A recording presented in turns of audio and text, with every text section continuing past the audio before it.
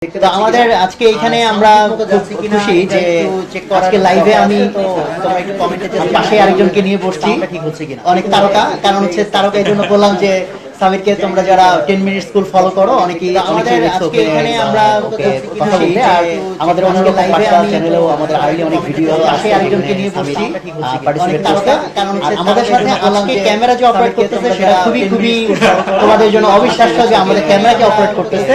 তোমরা 10 মিনিট স্কুলের যে আইমান সাদিককে জানো, সে আজকে আমাদের ক্যামেরায় আছে। যাদের এটা বিশ্বাস হচ্ছে না তারা তারা কি সাদিককে দেখতে পাচ্ছে? সাদিক আমাদের এই পাশে থাকলে ভালো হইতো। তাহলে আমি আজকে ওকে আজকে চলে যেতে হবে, ও আজকে এই জন্য আমাদের অডিয়েন্স হিসেবে আছে। তো আমরা কি এটা আচ্ছা ঠিকঠাক সাদিককে দেখা গেছে? হ্যাঁ দেখেছি। আচ্ছা ওয়েল, সাদিককে দেখা গেছে। আমরা যে চাপা মারতেছি না, এটা যে প্রমাণ করা গেছে যে না আমাদের ক্যামেরা সাদিক অপারেট করতেছে। So we are thankful, Sadiq আজকে আসছিল দেখা করার জন্য। বাট ওকে যেহেতু আজকে চলে যেতে হচ্ছে, আরেকদিন আমরা তিনজন মিলে একসাথে লাইভ করব। আর সামির হচ্ছে আমার স্টুডেন্ট ছিল, তো এবং আমি খুব প্রাউড ফিল করি এরকম স্টুডেন্টকে নিয়ে, কারণ হচ্ছে যে খুবই এনার্জেটিক, ডাইনামিক এবং মানে প্রচুর প্রচুর হচ্ছে এফোর্ট দেয় হচ্ছে নতুন কিছু করার জন্য। এবং উদ্ভাসে আমাদের একটা টেডের ক্লাব করা হয়েছিল, টেডেক্স টেডের উদ্ভাস। আচ্ছা, সেটাও ও উদ্যোক্তা ছিল। এবং হচ্ছে আমাদের অন্যরকম পাঠশালার শুরুর দিকে যে ইয়েগুলো ছিল, আমাদের শুরুর দিকে যে আমাদের ভিডিওগুলো ছিল তার অনেকগুলাই ওর করা। তো আমরা আজকে চাচ্ছি যেটা, যে গতদিন আমি যে টপিকটা নিয়ে কথা বলছিলাম সেটা ছিল কি যে তোমার লেগে থাকা নিয়ে, যে লেগে থাকা কেন দরকার, কিভাবে দরকার। আর আজকে বলতে চাই সেটারই একটু এক্সটেন্ডেড পার্ট, সেটা হচ্ছে যে লেগে থাকতে গেলে আমরা কেন লেগে থাকতে পারি না, কেউ কেউ পারে, কেউ কেউ কেন পারে না।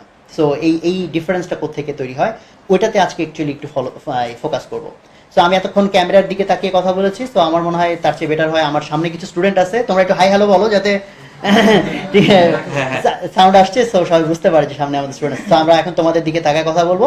তো আমি সামিরকে একটু রিকোয়েস্ট করবো যে তুই যখন স্টুডেন্ট ছিলি, তোর তো হচ্ছে লেগে থাকা তো এখন সবার জন্য একটা গুরুত্বপূর্ণ বিষয়।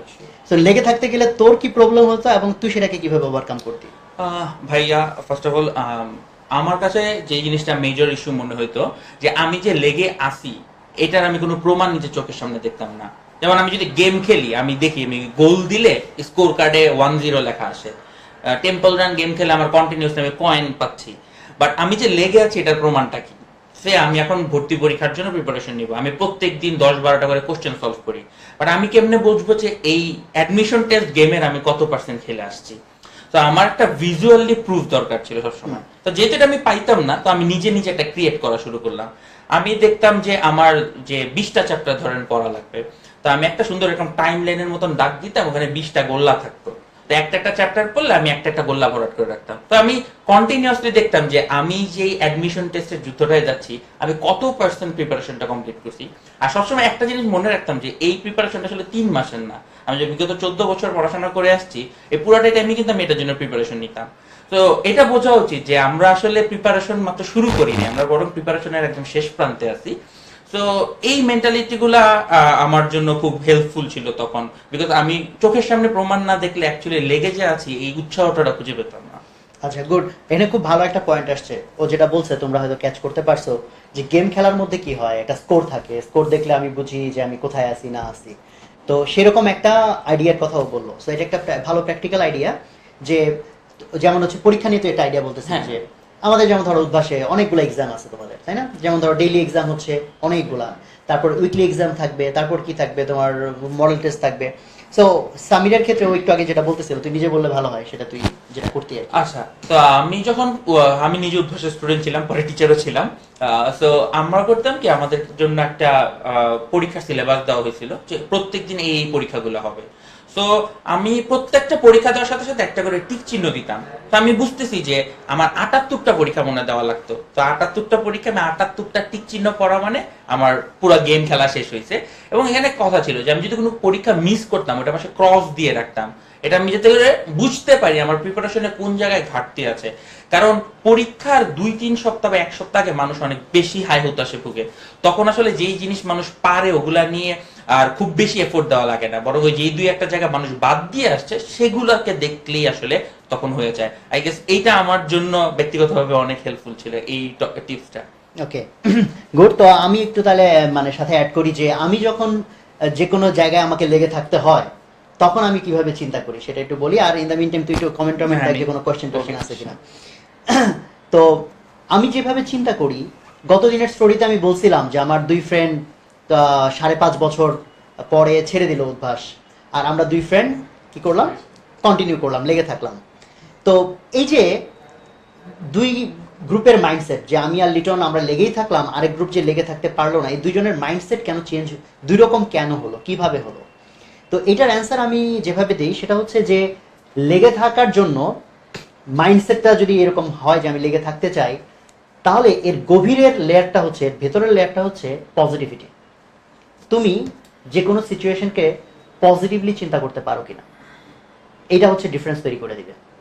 এবং এটা কিন্তু মারাত্মক ডিফারেন্স তৈরি করে দেয় whether I can think positive। যেমন ধরো তোমরা এই এক্সাম্পল অসংখ্যবার নিশ্চয়ই শুনছো যে এক গ্লাস পানি যদি অর্ধেক ভরা থাকে আর অর্ধেক খালি থাকে, কোনটা বললে ঠিক হবে? অর্ধেক খালি যদি কেউ এটা বলে, আর কেউ যদি বলে অর্ধেক ভরা। লজিক্যালি তো দুইটাই ঠিক। অর্ধেক যে বলছে খালি এটা তো ঠিক যে হ্যাঁ অর্ধেক খালি, আবার লজিক্যালি এটাও ঠিক যে অর্ধেক যে ভরা, that is also true. But আমরা বলি যে যদি তুমি রাইট জীবন দৃষ্টি পেতে চাও তাহলে তোমাকে বলা শিখতে হবে অর্ধেক ভরা। লজিক্যালি দুইটা ঠিক, বাট আমার মাইন্ডসেট থাকতে হবে অর্ধেক ভরা। এই মাইন্ডসেটটা কিন্তু খুব গুরুত্বপূর্ণ মাইন্ডসেট, যে কোনো সিচুয়েশনের, পৃথিবীতে কোনো আইডিয়াল সিচুয়েশন নাই যে সব কিছু ভালোর মতো হচ্ছে। যে কোনো সিচুয়েশনের মধ্যে কিছু জিনিস থাকবে ভালো, কিছু জিনিস থাকবে মন্দ, কিছু জিনিস থাকবে তোমার ইয়ে মতো হচ্ছে, তোমার এক্সপেকটেশন অনুসারে হচ্ছে, কিছু এক্সপেকটেশন অনুসারে হবে না।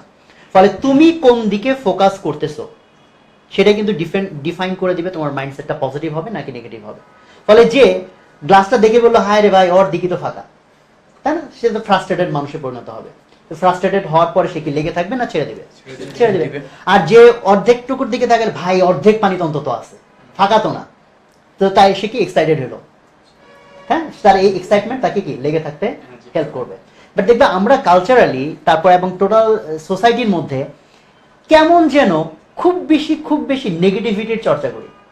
দেখবে একটা দাওয়াত খেতে গেছে কেউ একজন, আসার পর জিজ্ঞেস করলাম ভাই কেমন খাইলে, ভাই খাওয়াইলো লবণ বেশি। হ্যাঁ, মানে ধরো 4টা আইটেম খাওয়াইছে, 4টার মধ্যে 3টাই ঠিক ছিল, সবই ঠিক ছিল, একটার মধ্যে একটু লবণ বেশি। তুমি জিজ্ঞেস করলা আচার ছিল না।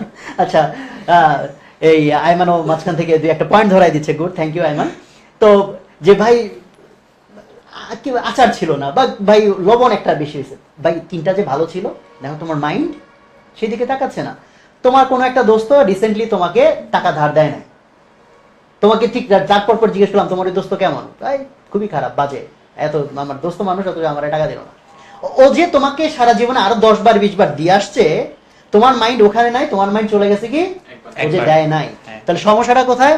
সমস্যাটা হচ্ছে আমাদের কি আছে আমরা সেখানে তাকাই না, আমরা তাকাই কোথায় কি নাই, আমাদের কি নাই। হ্যাঁ, এই ক্ষেত্রে আই থিঙ্ক এই কমেন্টটা আমরা পড়তে পারি। নির্জনা নীরা আমাদের একটা স্টুডেন্ট, ও লিখছে যে ভাইয়া আমি উইকলিতে 50% মার্কও পাই না। এই যে এটা হচ্ছে একটা নেগেটিভ, যে ও 50% মার্ক পায় না, কিন্তু ও যে 50% মার্ক পাইছে এটা কিন্তু আমরা কখনো লিখি না। এই ক্ষেত্রে একটা জিনিস বলা উচিত যে যারা এই সময় ভর্তি পরীক্ষার সময় মডেল টেস্ট গুলো দেয়, অধিকাংশ কিন্তু আসলে 10% মার্কও পায় না। তাহলে যে আসলে 50% মার্ক পাইছে তার কিন্তু আসলে খুশি হওয়া উচিত, বাট সে কিন্তু আসলে খুশি হচ্ছে না। এর কারণটা হচ্ছে আমরা কিন্তু ভাইয়া ওই ছোটবেলা থেকে জিপিএ 5 পেয়ে অভ্যস্ত, যে 80% মার্ক পাবে। সত্যি কথা, যেই ছেলে 80% মার্ক ভর্তি পরীক্ষা পাবো তো বইটা ফার্স্ট হবে, 80% মার্ক তো পাওয়ার উদ্দেশ্য না। তো তোমাদের বুঝতে হবে যে 50% মার্ক পাওয়ার পরও এইটাই যে তোমার জন্য গুড এনাফ, তোমার লক্ষ্যে যাওয়ার জন্য গুড এনাফ, এটা বুঝতে হবে। আর সেকেন্ড জিনিস হচ্ছে নাম্বার পাই নাই, এটা একটা সেন্টেন্স। আর আরেকটা জিনিস হচ্ছে এখান থেকে দেখা যায় কি করলে নাম্বারটা পাওয়া যাবে, বা যেই ফ্রেন্ডটা কি করে নাম্বার পাচ্ছে। আমরা একটা জিনিস খুব বাজে কাজ করি, যেটা হচ্ছে যে একজন স্টুডেন্ট ঠিকই 100-এ 100 পায়, তাই না ভাই? সবসময় যত কঠিন পরীক্ষাই হোক একজন স্টুডেন্ট 100-এ 100 পায়। আমি চিন্তা করি আমি পাইছি 50, তার মানে আমি অনেক খারাপ পরীক্ষা দিছি।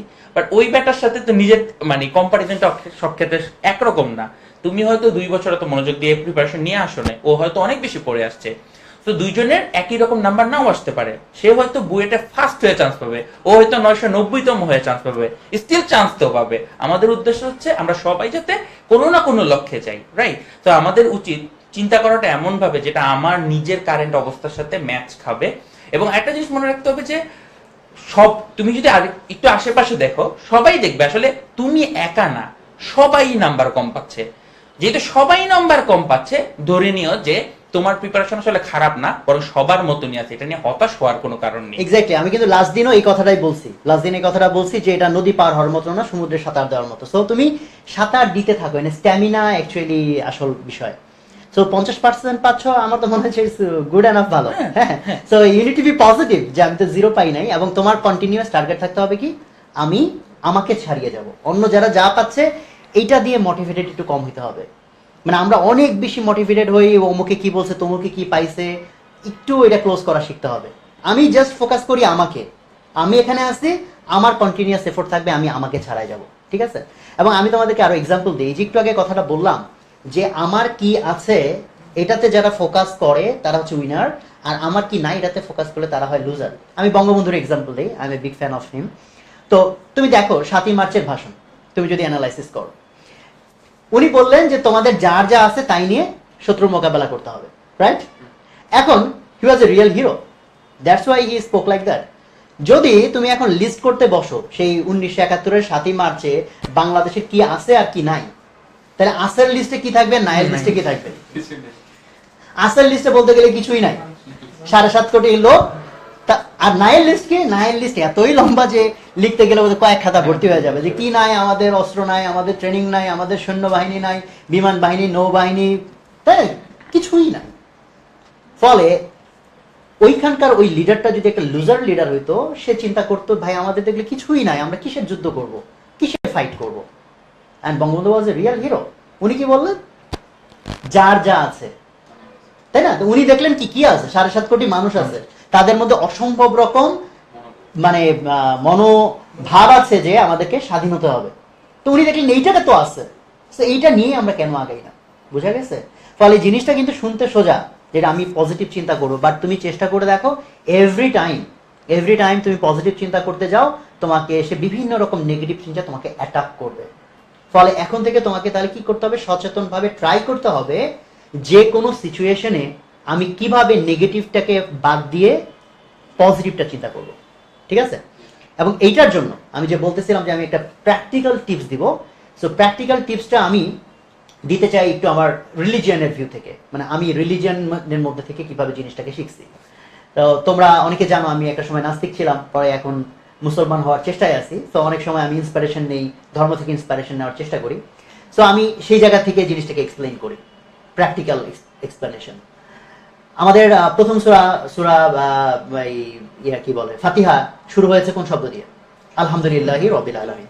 তার মানে আলহামদুলিল্লাহ মানে মানে কি, যে আমি শুকরিয়া করতেছি। শুকরিয়া কেন করতেছো? যে you are happy with whatever you have, তোমার যা আছে তাই নিয়ে তুমি হ্যাপি। এখন চিন্তা করো, ধর্ম তোমাকে বলতেছে সত্যি কথা বলতে হবে না মিথ্যা কথা বলতে হবে? সত্যি কথা, সব সময় না কখনো কখনো? ধর্ম বলতেছে তোমাকে সব সময় সত্যি কথা বলতে হবে, রাইট? আবার ধর্ম তোমাকে শেখাচ্ছে কেউ যদি জিজ্ঞেস করে ভাই কেমন আছো, তাহলে কি বলতে হবে? আলহামদুলিল্লাহ, ভালো আছি। ভাই এটা তো এখন প্রবলেম হয়ে গেল। যেদিন আমি ভালো নাই, 100-এর মধ্যে 50 পেয়ে কেউ আনহ্যাপি, কেউ হইতে পারে 100-এর মধ্যে 10 পেয়েছে, চরম আনহ্যাপি, তাই না? সেই রকম একটা দিনে, সেই দিনে কেউ জিজ্ঞেস ভাই কেমন আছো, এখন একটা প্রবলেম, সেটা হচ্ছে ভাই আমি ভালো নাই। হ্যাঁ, আমি ভালো নাই। এখন এটা যদি আমি বলি আমি ভালো নাই, তাহলে ধর্ম এটা অ্যালাউ করে না, বিকজ ধর্ম বলছে যে যদি জিজ্ঞেস করে কি বলতে হবে, কেমন আছো, কি বলতে হবে? আলহামদুলিল্লাহ বলতেই হবে। আবার ধর্ম বলছে তোমাকে কি বলতে হবে? সত্যি কথা বলতে হবে। আর সত্যি কথা বলতে গেলে বলতে হবে আলহামদুলিল্লাহ বলা যাচ্ছে না, তাই না? আলহামদুলিল্লাহ বললে সেটা সত্যি কথা হচ্ছে না। তাহলে এটা সমাধান কি? সমাধান হচ্ছে তুমি যদি বলো যে ঠিক আছে আমি বানায় আলহামদুলিল্লাহ বলি, আমার মনের থেকে আসতেছে না, স্টিল দেন আমি বানায় বলে দিলাম আলহামদুলিল্লাহ ভালো আছে। তো এটা কি অ্যালাউড না? সত্যি কথা বলতে হবে। তো সমাধান কি? এই সমাধানটা বোঝাটা কিন্তু খুব জরুরি। সমাধানটা হচ্ছে, কারণ সমাধান যদি তুমি করো তাহলে তোমার একটা প্র্যাকটিস কিভাবে হচ্ছে, সারাদিনে অন্তত এভারেজ একটা মানুষকে কতবার শুনতে হয় যে ভাই কেমন আছেন? 5-10 বার অ্যাটলিস্ট 10 বার যদি শুনতে হয় ভাই কেমন আছেন, আর 10 বার যদি আমাকে জেনুইনলি আলহামদুলিল্লাহ বলতে হয়, that is a huge practice. কিসের practice? Positivity practice. Let me explain. আমি আজকে ভালো নাই। কেন ভালো নাই? ধরা যাক যে ধরো আমি একজন ব্যবসায়ী মানুষ, শেয়ার ব্যবসায় ইনভেস্ট করছি, 10-20 লাখ টাকা যা ছিল সব টাকা ধরা খেয়ে গেছি। টাকা যা ছিল শেয়ার মার্কেটে ধরা। সেই দিন আমাকে কেউ জিজ্ঞেস করলো ভাই কেমন আছেন, সেই দিন যদি আমি খুব রিলিজিয়াস মানুষও হই, যে মুখে মুখেও আলহামদুলিল্লাহ বলতে চাই, সেদিন কিরকম সুর বেরোয়, আছি ভাই আলহামদুলিল্লাহ, তাই না? বাট অ্যাকচুয়ালি এটা মানে কি সে ভালো নাই, না সে ভালো নাই। তাহলে সে ভালো নাই, সে কেন ভালো নাই? বিকজ তার যা টাকা পয়সা ইনভেস্ট করছিল সব টাকা গন।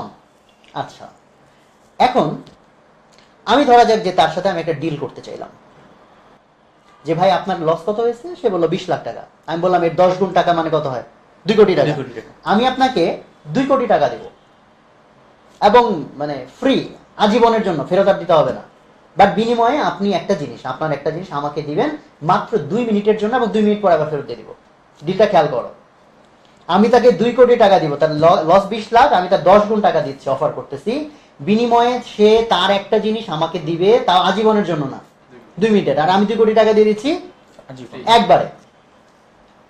তো সে জিজ্ঞেস করবে নিশ্চয়ই যে ভাই জিনিসটা কি? আমি বলবো আপনার অক্সিজেনটা দিয়ে দিবেন। আপনি যে অক্সিজেনটা, এই নিঃশ্বাস নেন, এইটা 2 মিনিটের জন্য অক্সিজেনটুকু আমাকে দিবেন, আমি 2 মিনিট পর আবার ফেরত দিয়ে দিব। এই ডিলটা কি সে নিবে? তুমি কি নিবা? তাহলে এইটা কি মিন করে? তোমার আরো অনেক বেশি পজিটিভ জিনিস আছে যেটার দিকে তুমি তাকাচ্ছ না। তুমি তাকাচ্ছ তোমার কোনটা নাই সেটার দিকে। এবং এই খেলাটাই যদি অন্য আরেক ভাবে হয়, যে ধরো সে যে এই যে বারবার আনগ্রেটফুল, যে আমার এটা নাই, এটা নাই, আল্লাহর কাছে খালি কমপ্লেন করতেছে, আল্লাহ কেন এটা দাও না, ওটা দাও না, আমার কেন এটা হয় না, ওইটা হয় নাই। তো আল্লাহ এই জন্য শাস্তি হিসেবে কি করলো, তার অক্সিজেন সাপ্লাই ধরো কমাই দিতে শুরু করলো। অক্সিজেন কমে যাচ্ছে, কমতে কমতে এমন একটা মুভমেন্ট চলে আসলো যে ধরো সে প্রায় মারা যাচ্ছে অবস্থা, মানে আর একটু হলে সে মরেই যাবে, অক্সিজেন নাই।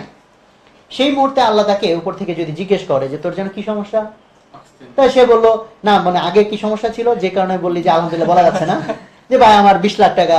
হ্যাঁ, তা আল্লাহ যদি বলে যে তুই 20 লাখ নিবি না অক্সিজেন নিবি, ইজ দেয়ার এনিওয়ান যে বলবে যে আমি 20 লাখ টাকা তো আমি অক্সিজেন, এবং যদি তখন সে তার অক্সিজেন ফিরে পায়, যে প্রায় মরেই যাচ্ছিল, সেখান থেকে যদি অক্সিজেন ফেরত পায়, ওই লোকের বাকি জীবনে তুমি যদি জিজ্ঞেস করো ভাই আপনার লাইফের সবচেয়ে হ্যাপিয়েস্ট মুভমেন্ট কোনটা, সবচেয়ে সুখের মুহূর্ত কোনটা, কি বলবো?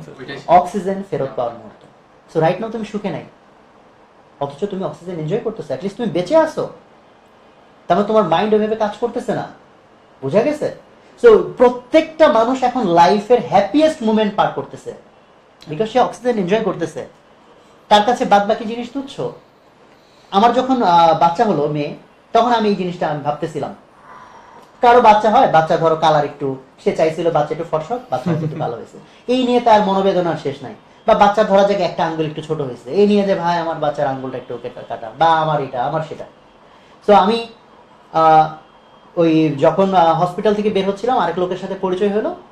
সেই লোকের মেয়ের মানে হচ্ছে সিভিয়ার অনেকগুলা প্রবলেম, তারপর ফেরত নিয়ে আসছে অ্যাক্সিডেন্ট, মানে অপারেশন করার জন্য, মানে সে খেতে পারতেছে না বাচ্চাটা, মানে অনেকগুলা প্রবলেম। আর আরেকজন কমপ্লেইন করতেছিল যে ভাই আমার বাচ্চাটা একটু এরকম হয়েছে, ওরকম হয়েছে, বা একটু চোখটা একটু ছোট হয়েছে, বা কানটা একটু এরকম হয়েছে। তো যখনই সে আরেকটা এক্সাম্পল দেখে যে আরেকজনের অবস্থা কত খারাপ, সে গুড এনাফ রিজন পজিটিভ হওয়ার জন্য, যে ভাই আমি তো অন্তত, আমার তো অন্তত সেই তুলনায় আমি অনেক ভালো আছি। এভরিডে তুমি কেন ভালো আছো তার অসংখ্য কারণ আছে, তুমি খুঁজে পাচ্ছ না। যেমন ধরো এই যে তোমরা যারা এখানে আসছো এখানে, হ্যাঁ, আমি যদি জিজ্ঞেস করি তোমার লাইফে লাস্ট 30 মিনিটসে সুখী হওয়ার মতো, হ্যাপি হওয়ার মতো এমন কি কোনো ঘটনা ঘটছে? মোস্ট অফ দ্য টাইম যে কোনো মুহূর্তে লাইফের লাস্ট 30 মিনিটস যদি জিজ্ঞেস করে এমন কোনো ঘটনা কি ঘটছে, তুমি তো খুঁজে পাবা না, যে ভাই কই এমন কিছু ঘটে। আমার ঘটছে। আচ্ছা, আমার প্রত্যেক বছর একটা উদ্দেশ্য থাকে যে সোহাগ ভাইয়ের সাথে 1 ঘন্টা সময় কাটাবো। গত 1 ঘন্টা আমি সোহাগ ভাইয়ের সাথে ছিলাম। আচ্ছা, না মানে এটা তো আজকের কাহিনী, আমি ইন জেনারেল জিজ্ঞেস করতেছি যে যদি মেজরিটি মানুষ খুঁজে পায় না যে ভাই আমার তো পজিটিভ কিছু হয়নি। এখন আমি যদি তোমাকে জিজ্ঞেস করি তুমি যে এখানে উপস্থিত হয়েছো, যে অফিসে আসছো এখানে, তোমার তো রাস্তায় অ্যাক্সিডেন্ট হয়নি, রাইট? তাই না? ফলে তোমার কাছে এটা কোনো ব্লেসিং মনে হচ্ছে না, এটা কোনো পজিটিভ ঘটনা মনে হচ্ছে না যে আমি সুস্থভাবে এখানে এসে পৌঁছাইছি। যদি ঘটনাটা এভাবে ঘটতো যে তুমি আসার পথে একটা ট্রাক তোমাকে প্রায় চাপা দিয়ে মেরেই ফেলছিল, তুমি কোন রকমে পাশ কাটায়, মানে ধরো তারপর তোমার পালপিটেশন ছিল ধরতে গেলে ধরো 5 মিনিট, যে ভাই ওই সেই সময় থেকে শুরু করে না নেক্সট এক সপ্তাহ ধরে তোমার যদি কেউ জিজ্ঞেস করে ভাই তোমার লাইফে পজিটিভ ঘটনা কি, তুমি ভাই ট্রাকের চাপা থেকে বাঁচছি। অথচ দেখো আল্লাহ তোমাকে ওই নাটকীয়তার মধ্যেও ফেলে নাই, আল্লাহ ইভেন ওই ড্রামার মধ্যে ফেলে নাই, তোমাকে ফুললি সুস্থভাবে পৌঁছায় দিচ্ছে, but you cannot feel it. আজকে আমার আম্মা মারা যায় না, আব্বা মারা যায় না, ওনারা বেঁচে আছেন, এই নিউজটা নিয়ে আমি হ্যাপি হচ্ছি না, তাই না? আমার আনহ্যাপিনেস নিয়ে আমি কিন্তু 2 নাম্বার কম পাইলাম, তাই না? ফলে যখন যেদিন তোমার ডিজাস্টারটা হবে সেদিন কিন্তু তুমি ঠিকই বুঝতেছো যে মানে ওই ডিজাস্টার যেদিন ছিল না সেদিন আমি আসলে কত ভালো ছিলাম। ফলে এভরি মুমেন্ট তোমাকে তাহলে তোমার ব্রেনের থিঙ্কিং স্ট্রাকচার চেঞ্জ করতে হবে, আমি কেন ভালো আছি। তো এটা যদি ভাবতে হয় তাহলে তোমাকে ভাবতে হবে আমার কি কি পজিটিভ জিনিস লাইফে আছে।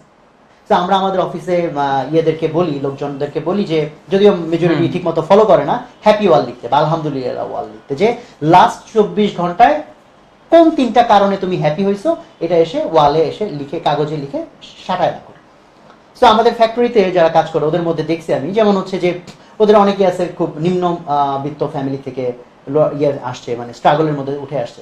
সো অনেকেই এরকম হ্যাপি ওয়াল লেখে যে কালকে রাতে খিচুড়ি খাইছে, আলহামদুলিল্লাহ খুব ভালো আছি আমি। আমরা যারা নিয়মিত খিচুড়ি খাই বা আরো ভালো ভালো জিনিসপত্র খাই, আমাদের কাছে এটা কি হ্যাপি ঘটনা? হ্যাপি ঘটনা। বাট যে 3 বেলা ঠিক মতো খাবার পায় না তাকে জিজ্ঞেস করো, তার কাছে অনেক হ্যাপি হওয়ার মতো ঘটনা।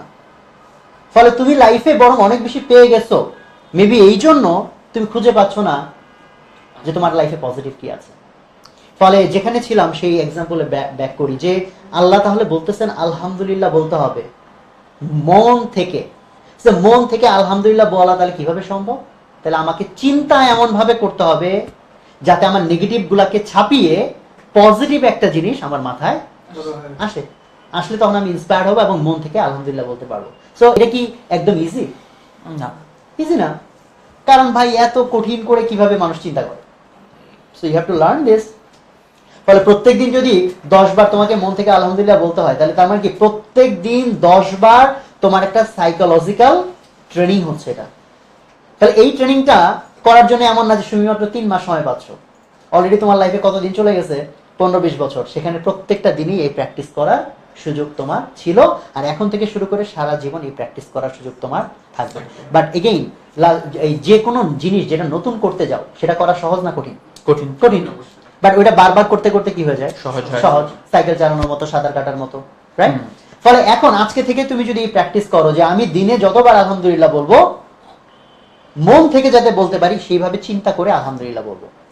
এন্ড এর জন্য আবার নাটকীয়তা করার দরকার নাই। কেউ ধরো রাস্তায় জিজ্ঞেস ভাই কেমন আছেন, ভাই দাঁড়ান আগে চিন্তা করিনি আমি কেন ভালো আছি, হ্যাঁ 3 মিনিট চিন্তা করলা তারপরে হ্যান্ডশেক করলা, এটা দরকার নাই। বাট তুমি যদি মুখে মুখে এমনিও বলে আসো আলহামদুলিল্লাহ, আসার পর বা যখন তুমি স্টেডি বসে তুমি চিন্তা করো আজকের ওই আলহামদুলিল্লাহটা আমি কোন কারণে বলছি। বা সারাদিন যদি তুমি প্র্যাকটিস করতে না পারো, দিন শেষে রাতে ঘুমানোর আগে করো বা ঘুম থেকে উঠে করো, যে অন্তত 3টা কারণ খুঁজে বের করো কেন আজকে আমার সুপার হ্যাপি থাকা উচিত। আমি একটা পার্সোনাল এক্সপিরিয়েন্স শেয়ার করি সোহাগ ভাই। সেটা হচ্ছে আমি যখন ইউনিভার্সিটি 3rd ইয়ারে পড়ি, এটা হচ্ছে 2014 সাল, তখন আমি কোনো কারণে খুবই ডিপ্রেসড হয়ে যাই যে আমার আর অ্যাকচুয়ালি কোনো কিছু করতে ভালো লাগে না। এমন হতো যে সকাল 8টায় ক্লাস, আমি উঠে ডিপার্টমেন্টে যেতেও যেতাম না। সো দেখলাম যে এই অবস্থা থেকে বের হয়ে আসা উচিত, কারণ জিনিসটা আমাদের পার্সোনাল লাইফকে হ্যাম্পার করে। তো তখন হচ্ছে এই আপনি যে হ্যাপি ওয়ালের কথাটা বলেন, তো ওইটা আমি একটা টেড টকে দেখি। তো আমাদেরকে বলছিল যে 21 দিনের জন্য একটা প্র্যাকটিস করতে, যে প্রত্যেক দিন একটা ডায়েরিতে 3টা জিনিসের নাম লিখবো যেটা সম্পর্কে আমি জীবনে হ্যাপি। আমি বললাম আচ্ছা এটা করলে এমন কি বা হয়ে যাবে। তো আমি বললাম আচ্ছা ঠিক আছে আমি কাজটা করবো। তো আমি একটা নোটবুক নিয়ে লিখতে বসলাম। তো প্রথম দিন 3টা লিখলাম, হ্যাঁ আমার মা ভালো আছে, আমার ভালো ইউনিভার্সিটিতে পড়ি, আমার ভাই আছে। তো প্রথম 2-3 দিন কাজটা করা খুব সহজ, কারণ 4-5টা জিনিস থাকে। আমার একটা ভালো মোবাইল ফোন আছে, এটা অনেক সময় লিখবা। বাট চিন্তা করো 4-5 দিন চলে যাওয়ার পরে তুমি 15-20টা ভালো জিনিস লিখে ফেলছো, তুমি মোটামুটি তোমার চোখের সামনে ভালো যা দেখতে পাও সবই লিখে ফেলবা। বাট চ্যালেঞ্জটা শুরু হয় 1 সপ্তাহ পর। 1 সপ্তাহ পরে দেখা গেল 8 নম্বর দিন আমি আর লেখার মতন জিনিস খুঁজে পাচ্ছি না, আর আমার তো লিখতে হবে। তো তখন আমি কি করলাম, আমি চিন্তা করা শুরু করলাম যে একটা দিনে যে খারাপ ঘটনা ঘটছে ওগুলোর মধ্যে কোনটা রিলেটিভলি ভালো। সো আমি এক সময় খালি ভালো জিনিসগুলো লিখছি, এখন লেখা শুরু করলাম খারাপ জিনিসগুলোর মধ্যে আমার কোনটা রিলেটিভলি বেটার, ভালো। যেমন একদিন আমার মনে আছে বৃষ্টির কারণে প্রায় ভিজে একাকার হয়ে গেছি, তখন প্রায় 1 ঘন্টা বৃষ্টিতে দাঁড়ায় থাকার পরে একটা রিক্সাওয়ালা আমাকে বাসায় নিয়ে আসতে রাজি হয়েছে। আমি ওইটাই সেদিন ওই দিনের ডায়েরিতে লিখছিলাম। ওই যে বৃষ্টির কারণে 1 ঘন্টা দাঁড়ায় ছিলাম, ওই ট্রাবলটার কথা চিন্তা না করে আমি যে বাসায় ঠিক মতন ফেরত আসতে পারছি, আমি ওইটার দিকে কনসেন্ট্রেট করা শুরু করি। 21 দিন পার হওয়ার পর আমি দেখা গেছে যে লিটারালি আমার কাছে কেউ খারাপ নিউজ নিয়ে আসলে আমি কিছু না কিছু ওইটা থেকে একটা পজিটিভ লেসন নেওয়ার চেষ্টা করি। এবং এটা এই অ্যাডমিশন সিজনটার সময় খুবই ইম্পর্টেন্ট। প্রত্যেকটা পরীক্ষা একটা করে ফেইলার হয়। প্রত্যেকটা পরীক্ষা দাও, তুমি যা আশা করো তার থেকে হয়তো খারাপ রেজাল্ট পাও, বাট এখান থেকে একটা পজিটিভ ইনটেক নিতে হবে যে আরেকজনের সঙ্গে কম্পিটিশন না। তুমি চিন্তা করো, তুমি গতকালকে 100-তে 5 পেয়েছো, আজকে 15 পেয়েছো, এটা তো একটা ডেভেলপমেন্ট। এইটা তোমার লাইফের একটা পজিটিভ দিক হিসাবে নেওয়া উচিত। আই থিঙ্ক মানে এইটা আমাদের জন্য একটা গ্রেট লেসন। এক্স্যাক্টলি। এবং হচ্ছে যে এমন না যে আমি আর সামির এইভাবে কথা বলতেছি, তোমরা যদি গ্রেট পিপলদের বই পড়ো, দেখো যে যারা জীবনে বড় কিছু হয়েছে, বড় কিছু করছে, তারা কি ফ্রাস্ট্রেটেড মানুষ নাকি পজিটিভ মানুষ, ইউ জাস্ট সি ইট।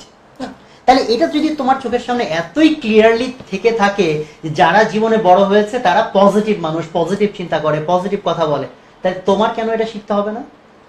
তুমি যদি বড় কিছু হইতে চাও তাহলে তোমার এটা শিখতে হবে নাকি হবে না? হবে। So you have to start right now, যে আমি আজকে থেকে চিন্তা করা শুরু করবো আমি কেন পজিটিভ। সো আমার লাইফে মনে হয়েছে ছোটবেলা থেকে সামহাও এই প্র্যাকটিসটা আমার হয়েছে যে আমি সবকিছুর মধ্যে খোঁজার চেষ্টা করছি ভালো কি ভালো কি ভালো কি, এর মধ্যে ভালো কি। আমি তোমাকে 2-3টা এক্সাম্পল বলি। যেমন ধরো রানা প্লাজা যখন ভেঙে গেল, দ্যাট ওয়াজ মানে কি বলে বাংলাদেশের জন্য খুবই খুবই ডিজাস্টারাস একটা বিষয়। এতগুলো মানুষ মরে গেছে, হ্যাঁ। সো আমাদের সবারই মন খুব খারাপ ছিল। But believe me, just within a week বা মেবি উইকও না, 3-4 দিন পর থেকে রানা প্লাজা ঘটনাটার নাম যখন আমার কানে আসতো, আমার সবকিছু ছাপায় একটা গুড ফিলিং হতো। কেউ ভাবতে পারে আমি ক্রিমিনাল, ভাই এত 11 সময় আমার গুড ফিলিং কেন হয়েছে? অনেক হয়তো প্রেডিক্ট করতে পারছে যে ওই ডিজাস্টার মোকাবেলায় সাধারণ মানুষরা যেভাবে ঝাঁপায় পড়ছে, যার হাতুড়ি আছে হাতুড়ি নিয়ে, তাই না? আমাদের তো কোনো খুব সফিস্টিকেটেড ইকুইপমেন্টস ছিল না বাংলাদেশে। সো এবং একাধিক মানুষ জীবন দিছে। এই মানুষগুলাকে কি কোনো পুরস্কার ঘোষণা করা হয়েছিল যে তুমি উদ্ধার কাজে আসো, তোমাকে 1 কোটি টাকা দেওয়া হবে বা তোমাকে মেডেল দেওয়া হবে? তাহলে দেখো এই দেশটা এত বেশি মমতায় ভরা, ভালোবাসায় ভরা। তো আমরা জাস্ট আমাদের ইন জেনারেল আমরা কিন্তু নিজেদের অনেক সমালোচনা করি, বাংলাদেশের মানুষজন খারাপ, বাংলাদেশের এই খারাপ, বাংলাদেশের ওই খারাপ, মানুষজনের এই নাই সেই নাই। So look at Rana plaza, এতগুলো মানুষ নিজের খেয়ে নিজের পরে এবং নিজের জীবন দিয়ে আরেকটা মানুষকে হেল্প করতে আগায় গেল। ফলে একদিকে ডিজাস্টারাস ঘটনা ঘটছে, তার জন্য আমাদের সবার মন খারাপ, আর আরেকদিকে মন খুশি হওয়ার মতো ঘটনা কি যে এই দেশ থেকে এখনো মায়া মমতা ভালোবাসা এত পরিমাণ আছে যে মানুষ মানুষের জন্য কিভাবে আগায় যায়। ফলে এখন দুইটা জিনিসই যখন ঘটছে, তখন যারা নেগেটিভ মানুষ তাদের মাইন্ডে বারবার আসবে নেগেটিভটা, যারা পজিটিভ মানুষ তাদের মাইন্ডে বারবার আসবে পজিটিভিটি। এর মধ্যে পজিটিভ কোনটা বুঝা গেছে? ফলে তুমি যখন এনাফ পজিটিভিটি প্র্যাকটিস করবে না, তোমাকে কিন্তু কষ্ট করে পজিটিভ জিনিস চিন্তা করতে হবে না, বাই ডিফল্ট হয়ে যাবে। এমন না রানা প্লাজার ঘটনার 3 দিন পর আমি কষ্ট করে করে করে নিজেকে পজিটিভ বানাইছি, এটা না। আমি জাস্ট এই জিনিসটা দেখে অটোমেটিক আমার মনটা পজিটিভ হয়ে গেছে, অটোমেটিক হয়ে গেছে। আমি let me give you one more example. আমি আরেকটা এক্সাম্পল বলি, হচ্ছে যে আমি ওই যে ম্যাথ অলিম্পিয়াডে বিভিন্ন সময় যখন ঢাকার বাইরে গেছি, আমি এই বক্তব্যটা অনেকবার বলছি। বাংলাদেশকে নিয়ে আমরা স্বপ্ন দেখি, ইভেন আমাদের যে কোম্পানি অন্যরকম গ্রুপ, সেটা ট্যাগলাইন হিসেবে আমরা ইউজ করি অন্যরকম বাংলাদেশের স্বপ্ন নিয়ে। সো আমরা সবসময় স্বপ্ন দেখতেছি বাংলাদেশে অসাধারণ কিছু হবে এবং আমরা অসাধারণ ভাবে আগায় যাচ্ছি, সবকিছুর মধ্যে একটা পজিটিভ জিনিস আসতেছে। মোস্ট অফ দ্য পিপল আমাকে বলতেছে যে ভাই আপনি কি এত পজিটিভ দেখেন, আরে ভাই এই সমস্যা সেই সমস্যা, পেপার খুললেই তো দেখা যাচ্ছে সমস্যার কোনো শেষ নাই, সবকিছু ধ্বংস হয়ে যাচ্ছে, নষ্ট হয়ে যাচ্ছে, কিসের আপনার অন্যরকম বাংলাদেশ, কিসের আপনার স্বপ্ন?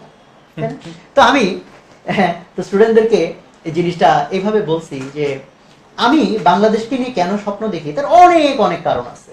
তার মধ্যে একটা কারণ তোমাদেরকে বলি, বাংলাদেশকে যেসব কারণে আমি পজিটিভলি নেই তার মধ্যে একটা কারণ হচ্ছে আমরা দুর্নীতিতে 5 বার চ্যাম্পিয়ন হয়েছি। তো এটা শুনে সবাই ভাবে আমি আর কি করতেছি, তাই না?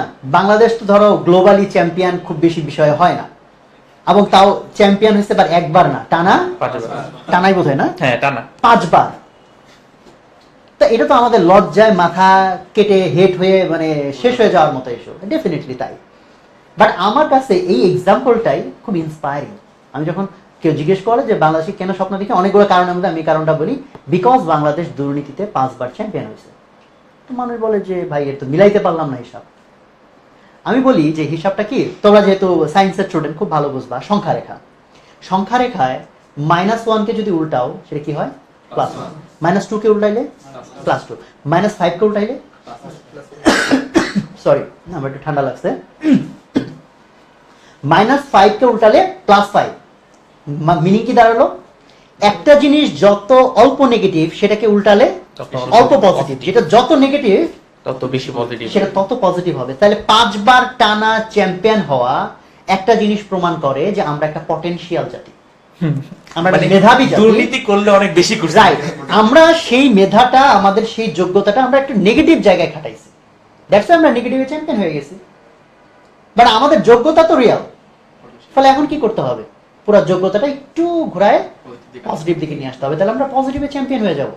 সেই নেগেটিভিটির চ্যাম্পিয়নশিপ আমাকে ইন্সপায়ার করতেছে আমাদের পটেনশিয়ালিটি নিয়ে, আমরা কত পটেনশিয়াল জাতি।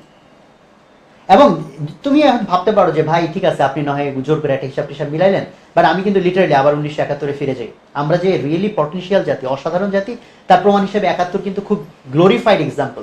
কেন? বাংলাদেশ মাত্র 9 মাসে স্বাধীন হয়েছে, পৃথিবীর মেজরিটি কান্ট্রি কিন্তু 9 মাসে পারে নাই। এবং কি সিচুয়েশন থেকে, যে পাকিস্তান আর্মির মতো এরকম ওয়েল ট্রেন্ড আর্মি, আর তার বিপরীতে আমাদের কি মানুষজনের ইভেন ট্রেনিং নাই, অস্ত্র নাই, গোলা বারুদ নাই, কিছু নাই। প্রথম কয়েক মাস তো শুধু আমরা মার খাইছি আর মার খাইছি। তারপরে গিয়ে আমরা যখন ফাইট ব্যাক করা শুরু করলাম, পৃথিবীর ওয়ার হিস্ট্রি যারা লেখেন, পৃথিবীর যুদ্ধের ইতিহাস, তাদের কাছে কিন্তু বাংলাদেশের যুদ্ধ একটা মানে বিষয়, কি বলে, সারপ্রাইজিং বিষয় যে কিভাবে হলো এটা এত অল্প সময়ের মধ্যে। এবং মানে আমরা কি ওদেরকে কমপ্লিটলি পরাজিত করছি। এবং দেখো বাংলাদেশের ওয়ার হিস্ট্রিতে এমন সব এলিমেন্টস আছে যেটা গ্লোবাল হিস্ট্রিতে অনেক রেয়ার। 12 বছরের বাচ্চা বুকে মাইন বেঁধে ট্যাঙ্কের নিচে শুয়ে পড়ছে। কেন শুয়ে পড়ছে? যে পাকিস্তান আর্মি ওর বাবাকে মারছে, মাকে মারছে। ওর এখন জিয়ের যে যুদ্ধ বিজয় টিজয় বুঝি না, আমি অন্তত একজনকে মেরে হলো মরবো। যাক, মারামারি একটা ভায়োলেন্সের বিষয়, বাট অ্যাপার্ট ফ্রম দ্যাট, মানে লুক অ্যাট দ্য ফিলিংস। তো এই জাতির মধ্যে সেই জিনিসটা আছে, অসাধারণ সেই ব্যাপারটা আছে, যে অসাধারণ ব্যাপারটা 1971-এ বাংলাদেশকে স্বাধীন করছে, তাই না? বাট আমরা যে সেই অসাধারণ জাতি, সেই অসাধারণ জাতি জাস্ট নেগেটিভলি তার অ্যাক্টিভিটিকে ইউজ করে নেগেটিভে চ্যাম্পিয়ন হয়েছে। বাট আমাদের আশা হারানোর কিছুই হয় নাই, জাস্ট আমাদের সেই পটেনশিয়ালিটিটা একটু ইনভার্স করতে হবে। সেই ইনভার্স কে করবে? তুমি ওয়েট করবা বাংলাদেশ সরকার করবে, বা রাজনৈতিক নেতারা করবে, ব্যবসায়ীরা করবে? Why not you? Why not you? ফলে তোমার সামনে কি সৎ হওয়ার সুযোগ আছে নাকি নাই? অনেক বড় বড় সুযোগ। তুমি পরীক্ষার হলে দেখে দেখে পরীক্ষা দিচ্ছ, তুমি গিয়ে প্রশ্ন আউট করার চেষ্টা করতেছো। সো তোমার কি অনেক বড় বড় সুযোগ না এখন নিজেকে পজিটিভ করা? নাকি তুমি ভেবে রেখছো যে না এখনকার লাইফ এমনি এমনি পার করে দে, যেমনি এমনি পরবর্তী গিয়ে আমি খুব সৎ মানুষ হয়ে যাব? সবকিছুই প্র্যাকটিসের বিষয়। আজকে যদি ছোট কোনো ইস্যুতে তুমি সৎ থাকতে না পারো, ছোট কোনো ইস্যুতে পজিটিভ থাকতে না শেখো, ভবিষ্যতে তুমি বড় ইস্যুতেও পজিটিভ থাকতে পারবে না। বুঝা গেছে? বড় ইস্যুতেও পজিটিভ থাকতে পারবে না। সো আমরা আর বেশি লঙ্গারিং না করি, আমাদের 8টা বেজে গেছে। So my point is that, যে আমি দুইটা এক্সাম্পল বললাম, যে দুর্নীতিতে 5 বার চ্যাম্পিয়ন, সেটা আমাকে পজিটিভ বানায়। রানা প্লাজাতে 1100-1200 মানুষ মরে যায়, সেটা আমাকে পজিটিভ বানায়। তাহলে আমি মনে করি আমার লাইফে যতটুকু অ্যাচিভমেন্ট আছে, আমি অনেক কিছু করি নাই, বা যতটুকু আছে আমি মনে করি এর পেছনে মেজর একটা কন্ট্রিবিউশন, যে somehow I can think positive, বা জিনিসগুলোর মধ্যে আমার পজিটিভ সেন্সটা চলে আসে। ফলে আমি এই জন্য তোমাদেরকে বলতেছি, এটা লাইফের learning, you have to learn how to think positive. ফলে যাদের ধর্মীয় মোটিভেশন আছে তাদের জন্য খুব ভালো, যে আমার ফিলোসফি বোঝার দরকার নাই, এটা আল্লাহর আদেশ, তোমাকে মন থেকে আলহামদুলিল্লাহ বলা শিখতে হবে, ইটস এ ডিউটি। সেটা তুমি প্র্যাকটিস করো, দেখবা উইদিন ফিউ মান্থস তোমাকে আর কষ্ট করে করা লাগবে না, অটোমেটিক চেঞ্জ হয়ে যাবে। তো কনক্লুডিং কোনো কিছু? হ্যাঁ, আমি একটা কথা বলতে চাচ্ছিলাম, মানে আমি আমার যদি ভর্তি পরীক্ষার এই যুদ্ধের সময় ফিরে যাই, আমার বারবার একটা জিনিস মনে হইতো যে আমি ঢাকা ইউনিভার্সিটিতে চান্স পেতে চাইতাম। আমার প্রত্যেক দিন ঘুমাইতে গেলে রাত্রেবেলা মনে হইতো, হোয়াট ইফ আমি চান্স না পাই? আমি সারা জীবন এত ভালো করে পড়াশোনা করছি, বাপ মার এত স্বপ্ন আমার উপরে, হোয়াট ইফ আমি চান্স না পাই, কি হবে? এবং চান্স না পাওয়াটা কিন্তু অস্বাভাবিক কিছু না। চান্স পায় কয়জন? 1000-1500 জন ঢাকা ভার্সিটিতে, তো পরীক্ষা দেয় 1.5-2 লাখ মানুষ। তো তখন প্রথম এটা যতই চিন্তা করতাম আমাকে তত বেশি ভয় লাগতো, এবং আমি আরো পড়াশোনা করতে পারতাম না। এবং আই গেস এই সিচুয়েশনে তোমাদের মধ্যে অনেকেই আছো, যে প্রত্যেকদিন মনে হয় যে আমি যদি বুয়েটে চান্স না পাই তাহলে কি হবে। তো এই ক্ষেত্রে আমার ওই ভর্তি পরীক্ষার মাঝামাঝিতে এসে আমি রিয়েলাইজ করছি যে আমি যদি ঢাকা ভার্সিটি বা বুয়েটে চান্স না পাই আর আমার গোলে চান্স না পাই, আর মানেই না যে ওখানে আমার লাইফটা শেষ হয়ে গেছে। বরং এই যে একটা ধাক্কা, আমি জিনিসটাকে চিন্তা করতাম হাঁটতে শেখার মতন। ছোটবেলায় যখন আমরা হাঁটতাম কি হইতো, একটু হাঁটার পরে ধুম করে পড়ে গিয়ে একটা বড় ব্যথা পাইতাম, তারপরে উঠে দাঁড়াইতাম, তারপরে হাঁটতে শিখতাম। তো তোমরা যদি কেউ নিজের যে গোল সেট করছো ওইটাতে যদি চলতে গিয়ে বাই এনি চান্স সাকসেস না হও, কোনো কারণে আল্লাহ না করুক, যেই ধরো কেউ মেডিকেলে চান্স পেতে চাও, কোনো কারণে মেডিকেল হলো না, তো ওই মোমেন্টে যেই মানুষ আসলে উঠে দাঁড়াতে পারে ও হচ্ছে লাইফের রিয়েল উইনার। তুমি বুয়েটে ফার্স্ট হও, হ্যাঁ এটা এক ধরনের সাকসেস, বাট সবচেয়ে ডেঞ্জারাস সাকসেসটা সফল মানুষের জীবনে হচ্ছে নিজের ফেইলিয়ারকে ওভারকাম করা। বিকজ ফেইলিয়ার এমন একটা জিনিস, তোমাকে ছোটবেলা থেকে তোমার বাবা মা কোনোদিন বলতে শিখবে শুনবা না যে বলছে বাবা তুমি একটু ফেল করা শিখো, কারণ আমাদের তো কখনো বলছে না, আমাদের সারা জীবন বলছে বাবা জিপিএ 5 পাওয়া শিখো। বাট রিয়েল লাইফে আমাদের প্রত্যেকেরই এই ফেইলিয়ার হ্যান্ডেল করতে হয়। তো এক্ষেত্রে একটাই কথা যে ফেইলিয়ারকে ওভারকাম করার একটাই উপায় আছে, সেটা হচ্ছে try. You just have to try again in again. তোমার এই ট্রাই করার বেস্ট ওয়ে হচ্ছে এই যে তুমি এখন ভর্তি পরীক্ষার সময় প্রস্তুতি নিচ্ছ, প্রত্যেকদিন মডেল টেস্ট দিচ্ছ না, তো একদিন যাও ফেল করো, তাই না? এর পরের দিন যাও ফেল করো, এর পরের দিন যাও ফেল করো। তো এই যে কন্টিনিউয়াস ফেল করার পরে 4 নম্বর দিন তুমি পরীক্ষাটা দিতে যাও, এটা আসলে প্রমাণ করে তোমার মনের জোর কতখানি। তুমি যদি তোমার লক্ষ্যটাকে পছন্দ না করতা, কেউ কি এত ট্রাইটা করতো? কোনোদিনই করতো না। কেউ যদি এটা আমাদের সময় সোহাগ ভাই আমাকে একবার বলছিল যে উদ্ভাস 78টা মডেল টেস্ট নেয়, আমি যদি 78টা মডেল টেস্টে ফেল করি তার মানে আমি চান্স পাবো না। আমি কথাটা এভাবে বলছিলাম যে আমরা বলি যে failure is the pillar of success, আমি বলছিলাম কয়বার ফেল করলে সাকসেসের একটা পিলার হয়, আমি বলছিলাম 78 বার ফেল করলে সাকসেসের একটা পিলার হবে। কারণ আমি বিলিভ করি কোনো একটা স্টুডেন্ট টানা 78টা পরীক্ষা যদি সে যাই রেজাল্ট করুক, বাট 78তম পরীক্ষা পর্যন্ত তার মেন্টাল এনার্জি থাকে, সে কন্টিনিউ করতে পারে, আমি গ্যারান্টি দিচ্ছি তার সাকসেসের।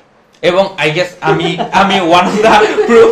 আমি ফার্স্ট যখন পরীক্ষা দিতে যাই, আমি বেশ ভালো ছাত্রই ছিলাম, সোহাগ ভাই আমাদের অনেকদিন ক্লাস নিত, বাট আমি প্রথম পরীক্ষা 100তে 30 32 এরকম পাইতাম। বাট আমি সবসময় ওই কথাটা আমার মনের ভিতরে গেঁথেছিল যে আমি যাই হোক I will just appear in the next exam এবং ট্রাই করব দেখি কি হয়, জিনিসটাও আবার এগেইন তোমরা যেটা পছন্দ করো গেম খেলার মতন, ধরো গেমের একটা খুব টাফ স্টেজে তুমি এখন আসো, তো তুমি যদি অনেকবার ট্রাই করো, একবার না একবার জিনিসটা অবশ্যই তুমি ওভারকাম করতে পারবে। আর অলওয়েজ রিমেম্বার যে ফার্স্ট হতে পারার যে সাকসেসের আনন্দ, তার থেকে অনেক বেশি আনন্দ হচ্ছে ফেইলিয়ার থেকে উঠে এসে লাইফে চলতে শেখা। যখন মানুষ পিছনে ঘুরে তাকায়, মানুষ তার ওই ফার্স্ট হওয়ার হিস্ট্রিটা মনে করে না, মানুষ মনে করে ওই যে ঘুম থেকে উঠতে পারতাম না ডিপ্রেশনের কারণে, সেই অবস্থা থেকে যে ঘুরে দাঁড়িয়ে আবার ট্রাই করেছি, এটা হচ্ছে আমাদের জন্য একটা অনেক বড় প্রাপ্তি, একটা অনেক বড় অর্জন। এবং এইটা যদি তোমরা গেইন করতে পারো, আই গেস ভর্তি পরীক্ষায় তুমি কেমন করলা এতে কিছু যায় আসে না, we would be very proud যে তোমরা লাইফে কিছু না কিছু করে দেখাবা। এক্স্যাক্টলি, তার মানে তুমি বটম লাইন এটা দাঁড় করানো যে ভাইরা বলছে বারবার ফেল করতে, হ্যাঁ তো আমাকে পড়াটা বাদ দিয়ে সো তোমার ফেলিউর আসতে পারে, but you need to have a mindset যে আমাকে লেগে থাকতে হবে, পজিটিভলি চিন্তা করতে হবে। If you can start thinking positive, life will be changed. ঠিক আছে, তো সবাইকে ধন্যবাদ, সবাই ভালো থাকো, তো সবার সাথে আবার দেখা হবে ইনশাল্লাহ। আসসালামু আলাইকুম। আসসালামু আলাইকুম।